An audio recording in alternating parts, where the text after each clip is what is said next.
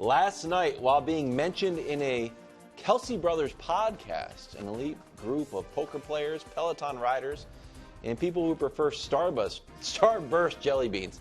Can I tell you something? Starburst doesn't even like their jelly beans. What? Wilds. Brock's likes jelly beans. Wilds. Brock's aren't good. Brock's, thank you. Yeah, listen, none of them are Jelly Belly. Everybody knows that. You get the right Jelly three, Belly. it's like, I'm having a root beer float. It's a pina colada. Exactly. Just give me jelly There's beans. a recipe. Yellow. Okay. This one tastes like a cinnamon strudel. I don't need that. I would have gone to Cinnabon. I'm with you on that. Thank you. I am You with don't you. always have Purple. We're old school. Yeah, Purple, red. red, orange. That's what I like. No, it's a root beer Green. float. Green. That's what That's I like. right. That's Green. right. Easter's Homemade around the apple corner, pie. too. No. Can we do the show? I don't need that. They're too creative.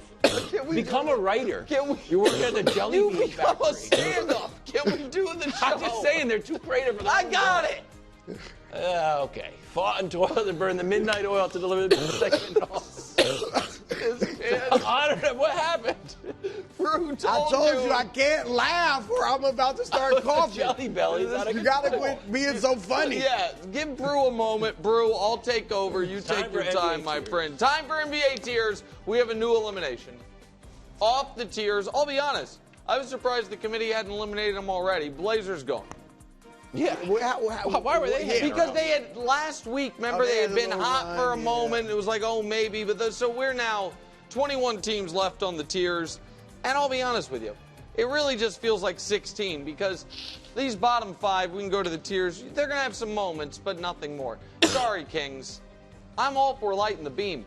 I'm now a little nervous the Kings might fall out of the play-in.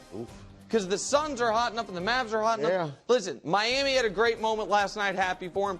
The Bulls, to be fair, the last 2.5 weeks have been playing awesome basketball. Kobe White's been like Kobe White has been NBA level. outstanding. And the Hawks had a nice little winning streak going. The Magic won a They're couple, playing but pretty still, none of those teams we think are anything of real playoff threats. Next tier, kind of fun. I'll be honest. Yeah. The Suns as of late, and I know he didn't play last, I am interested in seeing Anthony Davis down the stretch with the Mavs. What's done is done, and should Nico Harrison be running the team anymore? I understand people that feel like absolutely not, but that is the team they have the rest of the way. I'm curious to see what it's going to look like. All right, this next one's a bummer. Injuries and regret, Grizzlies and Bucks. So the injuries and the regret apply to both these teams. For the Grizzlies, it's obvious that Ja's been dealing with stuff all year, Triple J dealing with stuff. Now, yesterday, I don't know if you saw it, something happened on the sideline. Bane shoves Santi Aldama, wives vibe meter, arrow down. Yeah, and I do feel like the regret is the Grizzlies, I'm not saying like they missed their window because I don't know that I ever thought they were like a top-tier contender, but of this iteration, probably a couple years ago was their best chance at a title, and they kind of squandered it a bit. Go ahead, Brew. If Ja doesn't have those issues off the court, right now you'd be thinking there should be like a championship. Exactly right. And they just took that step way back. So it kind of delayed everything, and so that's what I'm getting to. And for the Bucks, it's obvious. Bobby Portis takes the wrong medicine. Dame, has the blood clot, and it's just like, where they fire the coach maybe prematurely, and it's in a problem. Very different vibes. Knicks and Pistons. This probably won't be. It could be a first-round matchup, but either way, they have in the same general vicinity in the standings. Just very different feelings on the season. Pistons are so thrilled, where they're at, Cade, the direction they're going, all of it. The Knicks, on the other hand, feel like, man, we had a fun year last year that we thought ended around prematurely. And then this year, we made 2 huge swings in the offseason, and we're no closer to a championship. So even though they're having similar seasons, very different feelings to it. Hard ceiling, Pacers and Clippers. I'm now ready to say, and I had been ready to say this about the Pacers, but I'm adding the Clippers. I could see these teams winning a round. I really could, depending on the matchup. Like, I have to see what matchup they get, but I could not see them winning 2 rounds. For the Pacers, it's very simple. I simply could not see them beating Cleveland or Boston in a series. You'd have to play one of the 2 of them in round 2. For the Clippers, it's because the reason I think they could win a round is because Kawhi's playing so well. I don't think you can rely on Kawhi to be available for multiple rounds of the playoffs. Like, I wish him the best in that. Some people seem to almost take pleasure in the fact that his body is broken down on it. I don't feel that way, but it's hard to rely on it. Wilds, I'm giving you one here. Could be dangerous. Could be dangerous? Could be dangerous. In second place. Could be dangerous. And do you think the Timberwolves could be dangerous? Definitely. Yeah, they're in like 7th place. So you don't care about that. Exactly. 9-1 in our last 10. You actually won 10 of your last 11. You're shortchanging them a game. Even better. But so they could be dangerous. Either one of these teams could win a round. And you know what? I'll even say this.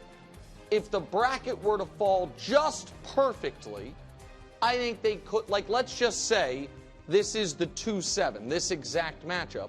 And the 3 seed there is Memphis. Could I see either of these teams then winning? Well, one of them would have to beat the other. Yeah. And then beating Memphis? Sure. Could I even maybe see if it's that 2 versus 7 and then the 3 seed is Denver? Could I see one of them beating Denver? Maybe. Yeah, and so Memphis. Right. I mean, Minnesota. Minnesota, and maybe Houston too. It would surprise me, but maybe a little Şengün, Jokic. Oh my! I know they just lost. I know, but so still, that's I could not see either of these teams winning the conference, but they could be dangerous. Stars have to be superstars. No, so here's the deal: we know Steph and Joker are superstars. They're stars that will be super. Jamal Murray and Jimmy Butler are stars. They need them to play like superstars. That's good. For those teams to actually be able to win a championship. Yeah. The superstars got to be superstars, and your stars have to be superstars, or else I don't think you have enough. And for the Warriors' case, that might actually include Draymond too, where Draymond has to play like the superstar version of him, defensively, role player, connector, all of that. Yeah. Trying to defy history. So for the Lakers, it is, history says the mid-year major acquisition usually does not result in a championship. So, it's not that it never has, but typically adding a player mid-year that isn't just like your, 5th guy or 6th guy, it takes some time.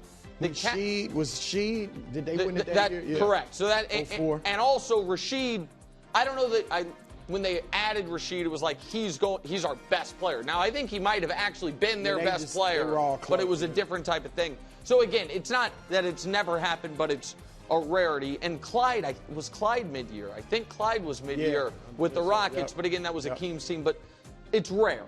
The Cavs are trying to defy a different type of history, which is the really good, well-rounded team that nobody actually believes in, proving everybody wrong. Like, we've seen versions of that team in Utah and in Toronto and in Atlanta that then gets clipped in the playoffs, so they're trying to fight. Yep. This is a tough one. Dynasty or deconstruction? Now that's, here's what I mean. If they win the championship this year, I would imagine, new owners or not, just running it back, going for a three-peat, saying, let's try to be a dynasty. If they don't win the championship this year, if they don't make the finals this year, could I see a scenario where the new owner comes in and is like, I don't know about having the most expensive roster in the history of the league. And if you read the press release from the guy who tried to buy the team but didn't, like when he was like, I thought it was important for ownership to be this, that, and to not give a damn about the luxury tax, which seemed to imply the guy who bought the team might. So, but you can all you want. I'm just saying, if they win the title, you don't have to worry about that. If they don't, I think we'll see what the offseason's like for them. And then last but not least, flawless. Here's the deal. You can't poke a hole in this team as far as what they've been this year, this regular season. Great at defense, great at offense. They basically, every time you look at the standings, last 10, 9-1, 8-2, 9-1, 8-2. They have the league MVP. They're well coached, all of it. Will the youth bite them? We'll see. Will the lack of a true second star bite them? We'll see. But right now, that's all speculation. There's the tiers. Okay, not bad. But I am putting the Celtics on the same level as OKC. Wow. And you're right, OKC has definitely been the better regular season team. They've beaten the Celtics twice, once without their second best player, Jalen Williams, in Boston. So I get that. But first of all, neither you nor I have the Thunder reaching the finals. Correct. We both, I believe, have Boston reaching the finals. So there's that. But also the two things, and you mentioned them. One, the inexperience. Like, OKC is trying to defy history. Number one, become the youngest team ever to reach the finals, let alone win it. And it's rare. Now, it's happened recently with Denver, but it's rare that one superstar, particularly on such a young team, but one superstar, period, to lead a team to the championship. This isn't the era of the super team, so if it were going to happen, like we said, it happened with Jokic, but Jamal played up to like a superstar level. And the Celtics, like, this team is about as battle-tested as you could be. They've faced LeBron, Steph, Draymond, Jimmy Butler, Giannis in the playoffs.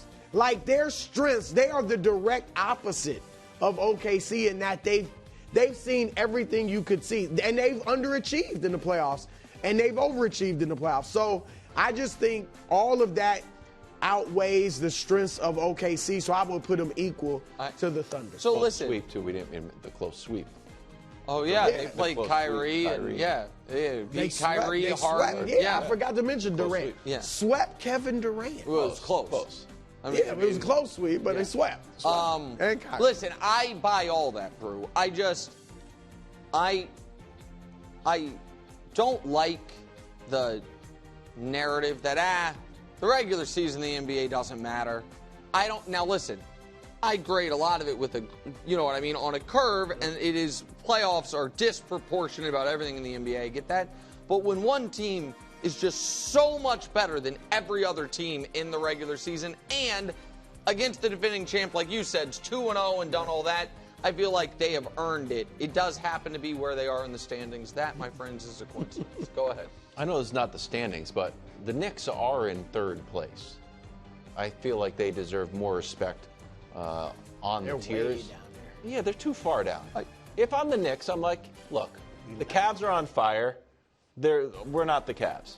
The Celtics are the defending champs. We're not the Celtics. But we're not the Pacers and the Pistons. We're in third place.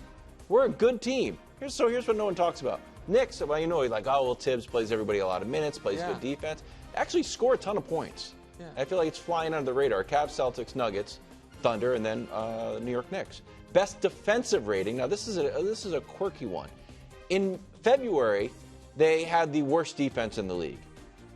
Do a little work and fixing some things. Mitchell Robinson comes back. All of a sudden, best defense in the league. So that's getting sorted out. And then finally, and I'm going to use this one because we talked about when LeBron went down, how there was a silver lining in LeBron's absence that Austin Reeves could get going and Luka could get going. I think there's a little bit of that. Tell me if you buy that hype theory. For Mikal Bridges, it has been. Yeah, he can come alive. Cat can be number one. OG's back, so he's scoring over 20. When Brunson comes back, who will be well rested, nursing his ankle, when he's back, I think everyone will have a little bit more confidence. Last night, Cat and Josh Hart both had triple doubles. That was cool. So I just want the Knicks to have a little bit of a rise. Brew. Underrated. Maybe it was this show. Maybe not. You can remind me. Was there a topic on a show recently where the very handsome, beloved host was like, hey, here's this team that had a brief period of the best defense in basketball, but prior to that was terrible, and I don't buy that, and they're total frauds, and I'm going to bring it up again and again and again and again. Do you remember that? Purple and gold. Yeah, was that Kevin Wildes? So when the Lakers, I don't know that when you trade for Karl Anthony Towns and your point guard shorter than you, that you're still a defensive team. What about Josh Hart? And so I like Josh Hart, I like OG. But I'm just saying, you kind of pick and choose. And by the way, since February 28th, it's March 26th. That's less than a month. It's a month. But they were good. Then they had a dip, and now they're back to being good. Okay, they weren't the best in the league, and back the to Lakers being good. did the opposite. The Lakers weren't good. Had this again, oh my god. It's not about the Lakers. I don't even remember what team we're talking about. I was just talking about the logical And now they're argument. back. And also, just look at the personnel. Yes, like, no, Luka's good at defense. No, I don't want to talk. Hold on. I'm not trying to talk about the Lakers. He's like Tony Allen. Nobody says that. I want to talk about the Knicks. Look at the personnel. I do not, and part of their better on defense, you guys know how much I like Jalen Brunson. Him being out does not hurt their defense. True. And so Mitchell Robinson obviously helps. Mitchell Robinson definitely helps, but I just think that in crunch time, if you're the Knicks, 2 of your 5 guys are huntable targets in Cat and Jalen. So I don't think right, and that's why they're going to be all out there in crunch time because they're the 2 best guys. How many huntable guys do the Lakers have? I'm not talking about the Lakers. I'm saying guys show up with orange vests on. Hunted season. With an orange cap. And also, can I make one other request? Sure. When you do. Thanks for watching. Subscribe here to get more from the show and to check out clips from other shows on FS1.